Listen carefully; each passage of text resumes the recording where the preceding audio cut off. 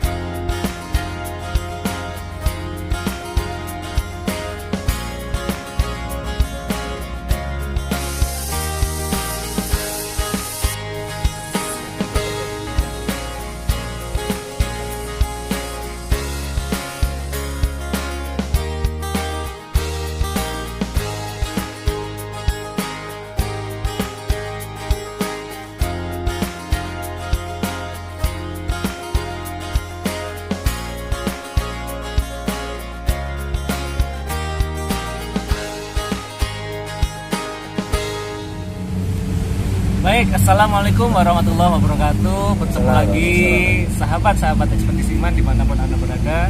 Semoga Allah SWT senantiasa memberikan kita semua kesehatan, keberkahan, keselamatan dunia dan akhirat.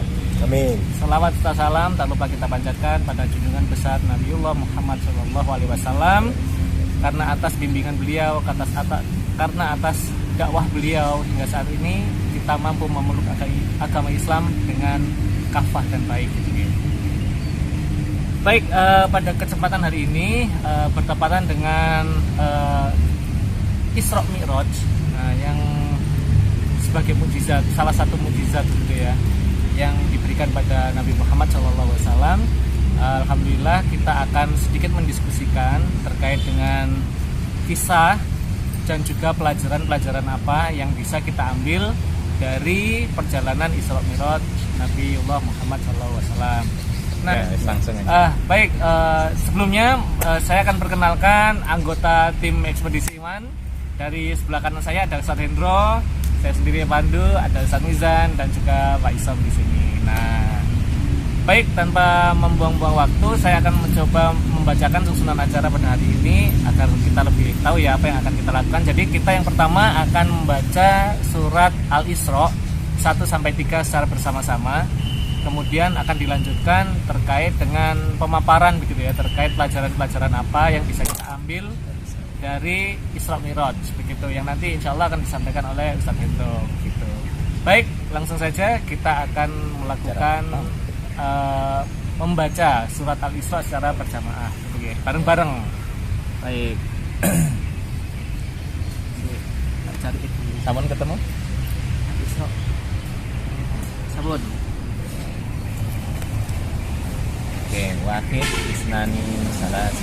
A'udzu billahi minasy syaithanir rajim.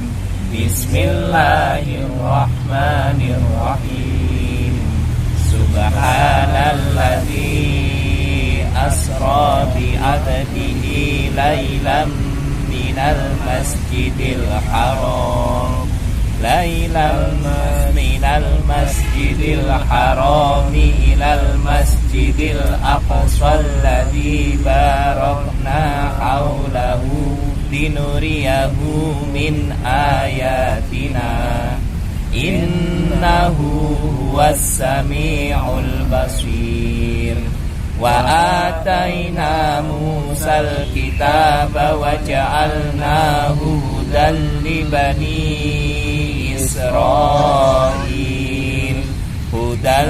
bani Israil alla tattakhidhu min duni wakila dzurriyyata man hamalna ma'a Nuh innahu kana abdan syakura.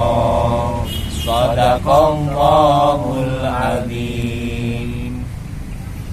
Baik, alhamdulillah kita barusan sudah bersama-sama membaca surat Al-Isra ayat 1 sampai 3. Nah, selanjutnya langsung saja kita akan mendengarkan pemaparan terkait Isra Mi'raj, dan semoga dari pemaparan ini kita dapat mendapat pelajaran-pelajaran yang amat berharga dari penyampaian Ustadz Hendro. Monggo Ustadz Hendro langsung dimulai. Bismillahirrahmanirrahim.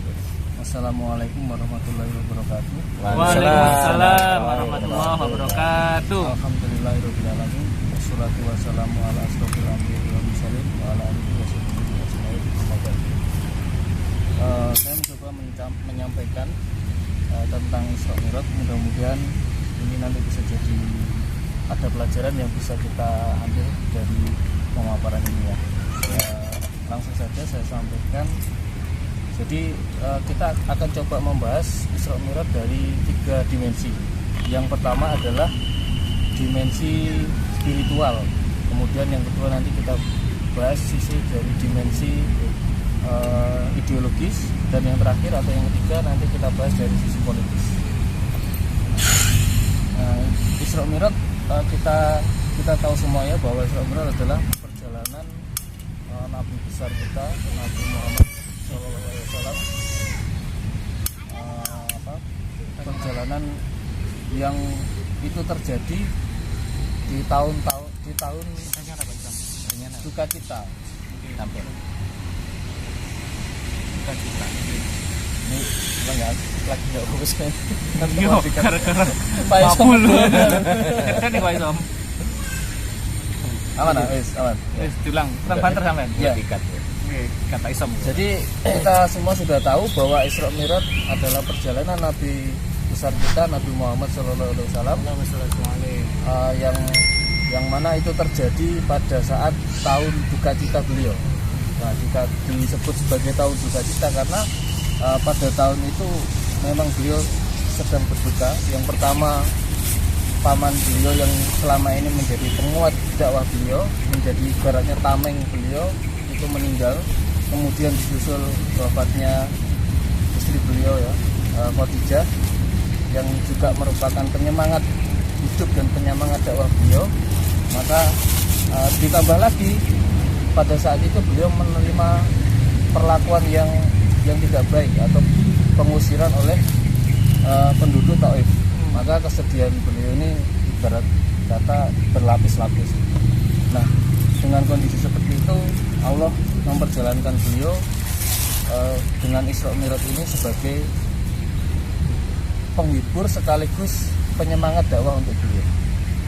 Nah, selain itu juga dari perjalanan Isra Mi'raj ini kita bisa mengambil beberapa pelajaran. Yang pertama dari sisi spiritual, bahwa Isra Mi'raj itu terjadi sebenarnya kan banyak hal yang di luar nalar manusia. Karena perjalanan yang dari Makkah, Madinah kemudian sampai di Masjidil Aqsa itu yang seharusnya berjalan kalau ditempuh waktu normal bisa sampai sekitar 1 bulan gitu. Tapi hanya ditempuh dalam kurang dari 1 malam. Nah, belum lagi perjalanan yang dari Masjidil Aqsa sampai ke Sidratul Muntaha, yang itu sudah sangat di luar akal manusia. Nah, tetapi ketika berita itu disampaikan kepada salah satu sahabat, waktu itu adalah Abu Bakar radhiyallahu anhu, yang Abu Bakar ini menerima berita ini bukan dari Rasul langsung waktu itu. Maka Abu Bakar mengatakan, in khala sodakota. Saya ulang, in khala sodako, artinya jika beliau berkata demikian maka beliau ini adalah benar. Jadi meskipun berita itu diterima oleh Abu Bakar dari orang lain, Abu Bakar langsung membenarkan. Maka itu akhirnya menjadi ini juga, bahwa Abu Bakar dikasih julukan As-Siddiq, yang artinya adalah yang membenarkan. Sejarahnya atau riwayatnya adalah dari kejadian itu. Nah, sikap kita sebagai seorang muslim seharusnya adalah seperti Abu Bakar, yaitu apa yang kita disampaikan kepada kita yang itu sudah terbukti kebenarannya, itu adalah bagian dari ujian iman kita, sehingga kita harus meyakini, harus mempercayai bahwa itu adalah memang benar datang dari Allah. Sambil ngetek ini nanti mau sambil dekat. Ya, jadi hal seperti itu yang mungkin tidak masuk akal, tetapi itu adalah kebenarannya sudah bisa dipastikan dari Allah, maka sikap seorang muslim haruslah mengimani seperti itu. Nah, yang kemudian yang kedua adalah dimensi ideologis. Nah, Islam itu adalah agama yang lurus, agama yang sesuai dengan fitrah manusia. Nah, dengan kejadian kejadian Isra Mi'raj tadi, Rasul itu ditawari dua bejana pada saat itu.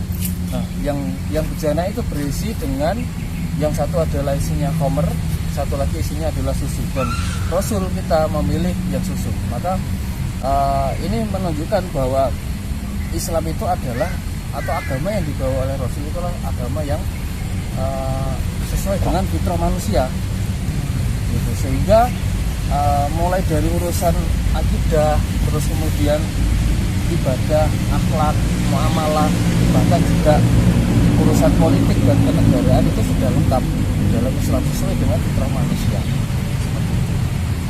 Nah, artinya sesuai fitrah adalah ketika apapun yang dibawa oleh Islam, yang dibawa oleh Rasul kita Muhammad SAW, itu adalah apapun yang dibawa ketika kita jalankan itu akan membawa kemaslahatan bagi seluruh umat manusia.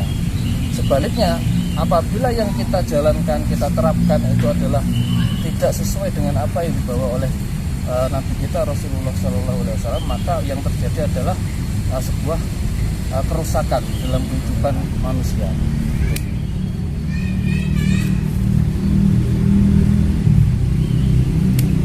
Nah, maka kita sebagai muslim, maka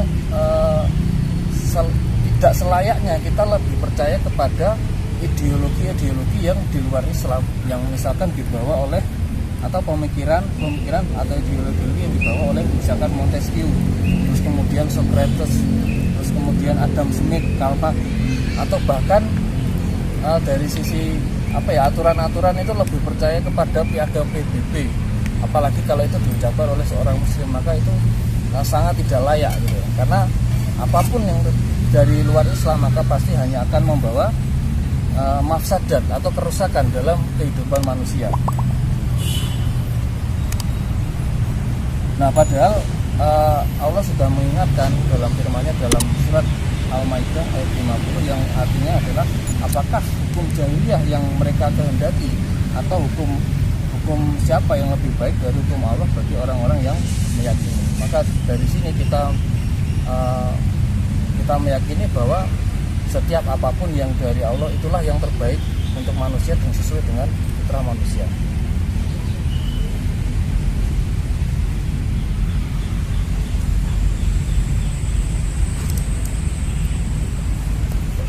Jadi semua ideologi atau sistem dan ajaran selain Islam tentu itu bertentangan dengan maqasid syariah atau tujuan dari syariah.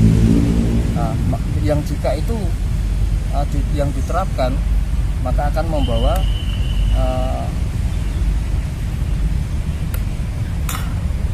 yang jika itu diterapkan maka akan membawa kerusakan pada kehidupan manusia. Sedangkan apabila apapun yang kita terima dari Islam, dari Allah yang dibawa oleh Rasul itu kita terapkan, maka tentu akan terjadi atau terwujud sebuah kehidupan yang baik gitu ya, yang sesuai dengan fitrah manusia, dan yang itulah yang diperintahkan oleh Allah Subhanahu wa taala.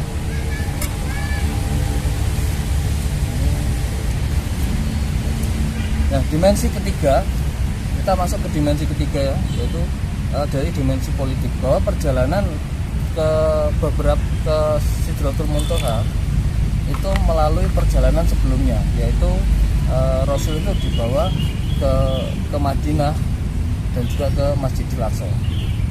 Nah, apa namanya? Yang waktu itu Madinah masih bernama Yasrib ya.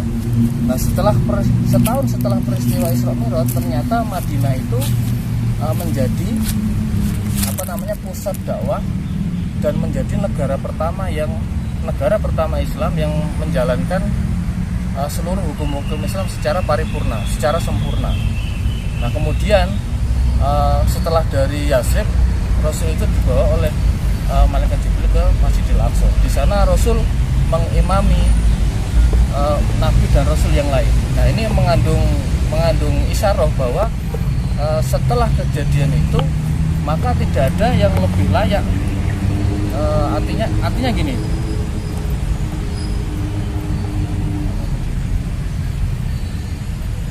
Jadi ini merupakan isyarat bahwa kepemimpinan umat Islam itu sudah diserahkan seutuhnya kepada beliau.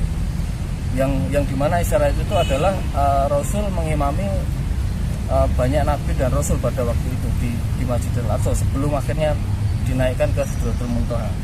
Nah, maka dari sini kita pahami isyarat itu adalah juga tidak ada umat yang pantas memimpin dunia ini selain umat Islam.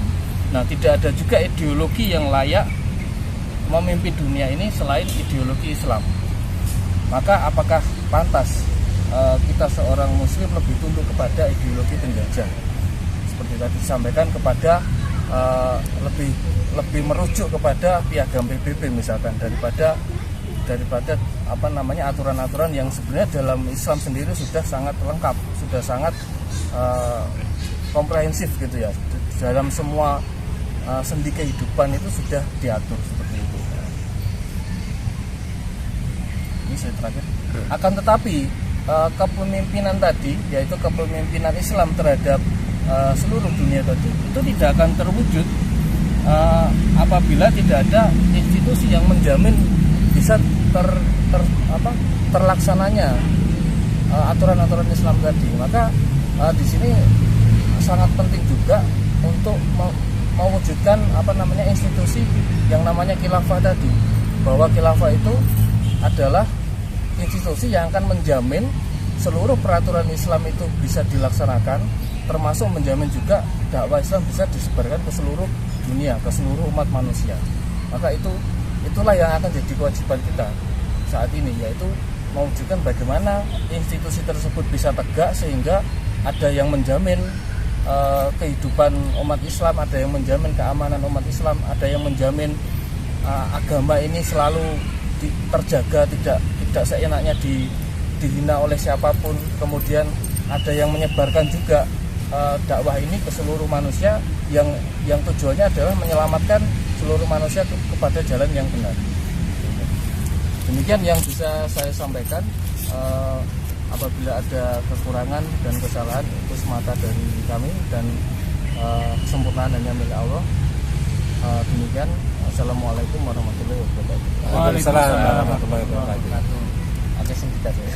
Nah, itu tadi sahabat-sahabat ekspedisi iman terkait dengan sekelumit pemaparan dan pandangan yang bisa kita ambil dari perjalanan Rasulullah Isra dan Mi'rajnya. Secara garis besar ada 3 dimensi tadi yang dibahas, dan dari 3 dimensi ini harapannya adalah syariat yang telah ditetapkan oleh Subhanahu wa Ta'ala bisa kita laksanakan secara utuh dan paripurna dengan bantuan atau dengan jalan adanya institusi yang mewadahi dan mengatur syariat-syariat tersebut dapat ditegakkan dan diimplementasikan dalam segala sendi kehidupan. Kurang lebihnya seperti itu. Kita jumpa kembali insya Allah di episode yang lain Ekspedisi Iman. Akhirul kalam, ihdinas siratal mustaqim. Wassalamualaikum warahmatullahi wabarakatuh. Waalaikumsalam warahmatullahi wabarakatuh.